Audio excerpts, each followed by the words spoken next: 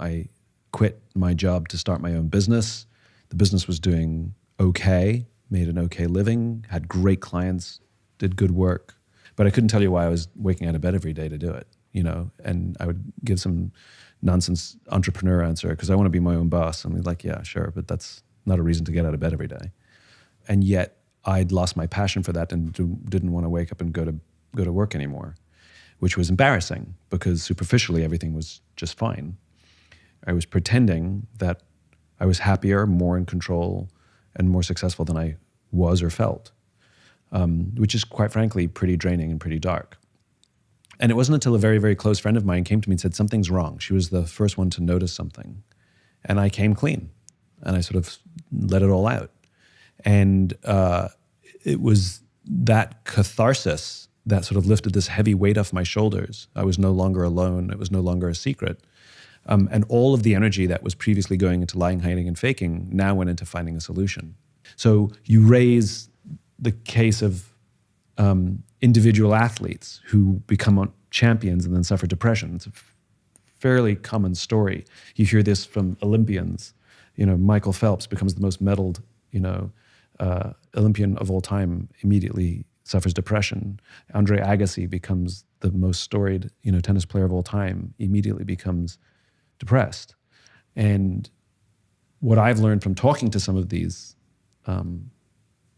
particularly athletes, but I think it happens in the business world as well, which is from a very young age, they set themselves a goal that, in my words, would be a very selfish goal. I want to be the best at X, the best tennis player, the best golfer, the best whatever. And the way Olympians put it, which I get a kick out of, is I want to win the Olympics. I'm like, well, no one wins the Olympics. Like, you can be a winner in your sport, but that's an aside. But and their entire lives from pretty young ages, every decision they're making is to help them advance this finite goal. And all of their relationships are, can you help me achieve my goal, right?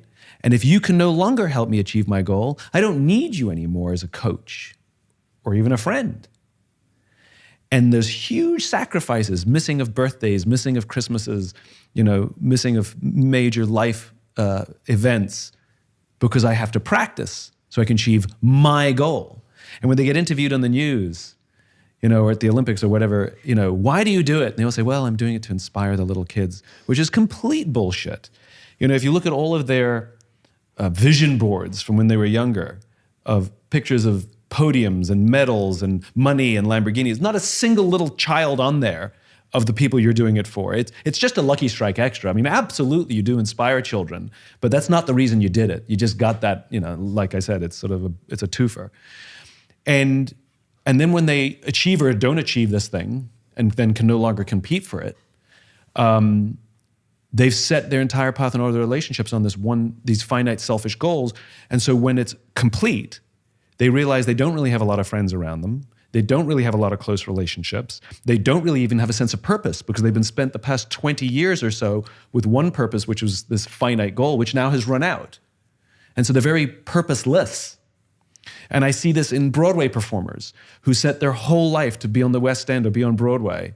Every class, every tap dancing class, every singing class, they make it, they get there, and then depression, or at least malaise. Or senior executive, same thing. If I just make $1 million, if I just become a millionaire, then I'll feel. And there's nothing wrong with personal achievement. There's nothing wrong with setting goals. But it has to be in the context of something even bigger. In general, team sports don't suffer this because you had to do it together.